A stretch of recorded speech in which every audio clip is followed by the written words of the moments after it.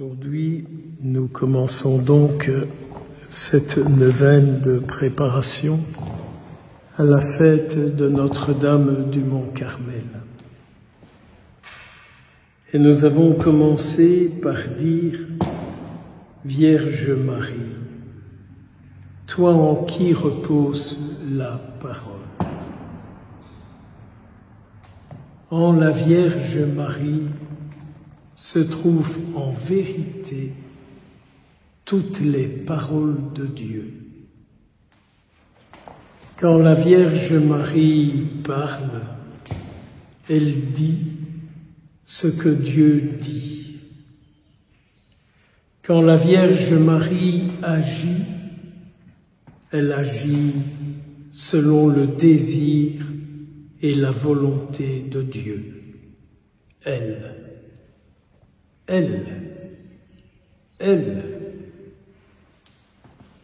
parle et elle agit selon le désir et la volonté de Dieu. Cet introïte, toujours, nous amenait à lui dire encore « Tu es la porte du paradis ». C'est quand même intéressant de savoir qui est la porte du paradis. Vous allez me dire, c'est Saint-Pierre, c'est lui qui a les clés. Mais je me permets quand même de vous dire que la Vierge Marie est au-dessus de Saint-Pierre. La Vierge Marie est au-dessus de Saint-Pierre, car c'est elle qui est la reine du ciel, et c'est elle qui, par son oui, a donné naissance à Jésus. Pierre a vécu avec Jésus. Pierre a reçu des pouvoirs de Jésus, mais pour être dans le monde, celui qui le révèle. Celui qui le révèle. Le pouvoir de lier et de délier est autre chose qu'être la porte du paradis. Mais la porte du paradis, je crois que c'est aujourd'hui qu'elle l'ouvre. Pour vous et pour moi, c'est aujourd'hui qu'elle l'ouvre. La sœur de Thérèse de Lisieux a écrit de très belles pages sur le cœur, présence de Dieu. Et quand le cœur n'est pas habité par Dieu, il est habité par quelqu'un d'autre. On peut dire avec certitude et vérité que le cœur de la Vierge Marie n'est habité que par Dieu et par le désir de Dieu pour nous. Le cœur de la Vierge Marie est habité par Dieu et par ce que Dieu désire pour nous. Je n'ai pas dit par ce que vous, moi, nous désirons de Dieu.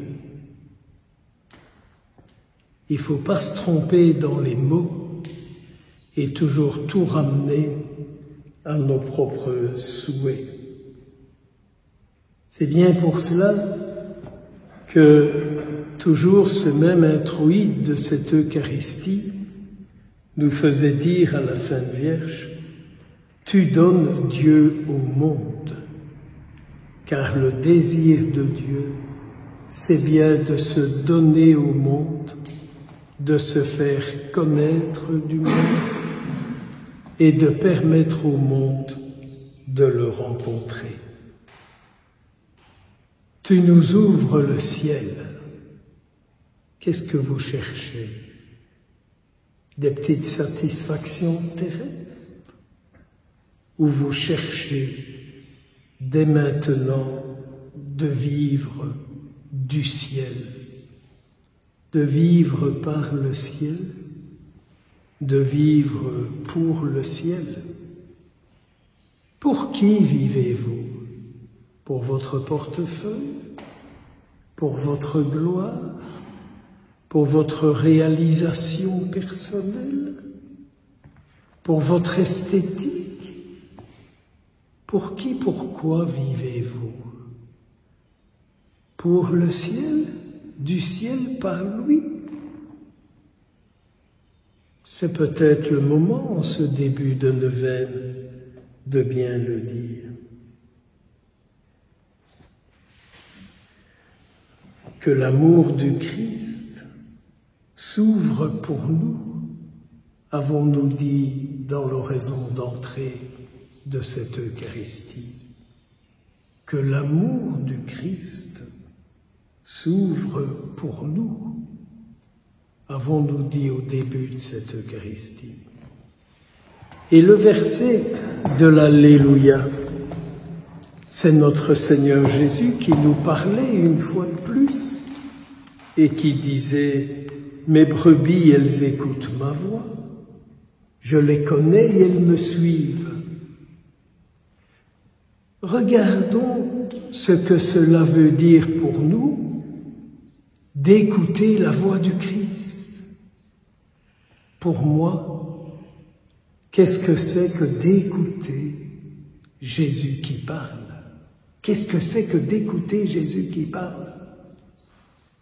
Au début du chapelet, je nous disais, écoutons-nous les uns les autres pour prier. Et vous avez vu combien c'est difficile de garder un rythme, d'écouter les autres. On part dans son monde, on part dans son rythme, on part dans sa vitesse. Alors, quelle grâce le Seigneur doit nous faire? Quelle grâce la Vierge Marie doit nous obtenir? Savoir écouter ce que Jésus dit. Mes brebis écoutent ma voix. La joie du Christ, c'est d'être écouté. J'aimerais que ma joie soit aussi la même. Seigneur, que ma joie, elle soit de t'écouter. Et en t'écoutant, de répondre à ce que tu dis. T'écouter sans te répondre à ce que tu dis, c'est la formule « cause toujours, tu m'intéresses, je n'en ferai quand même qu'à ma tête ». Si l'expression n'est pas répétée souvent, elle est constamment réalisée. Cause toujours, je ne ferai que ce qui me plaît, ce qui m'intéresse, comme je l'ai décidé.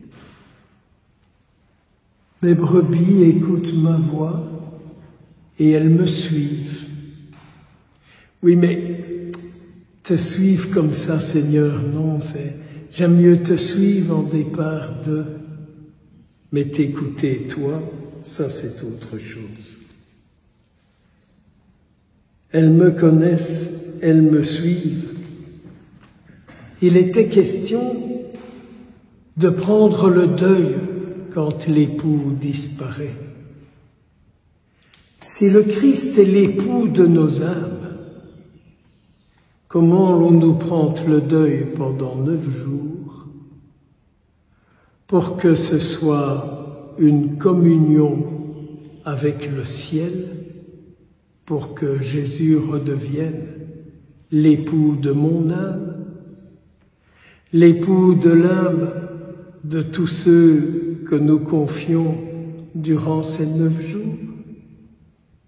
Qu'est-ce que ça veut dire pour moi que de prendre le deuil pendant 9 jours?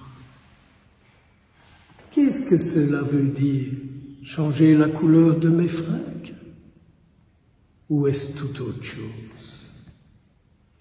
Et alors, le dimanche 16, après avoir prié, médité durant 9 jours, il ne s'agit pas de réciter la formule, on n'est pas dans une recette de mayonnaise, Mais on est dans une recherche de vie unie à la Vierge Marie, porte du ciel. Et alors, le 16, Jésus aura fait de nous, par sa grâce, des outres neuves, habitées par son vin nouveau. Au nom du Père, du Fils et du Saint-Esprit.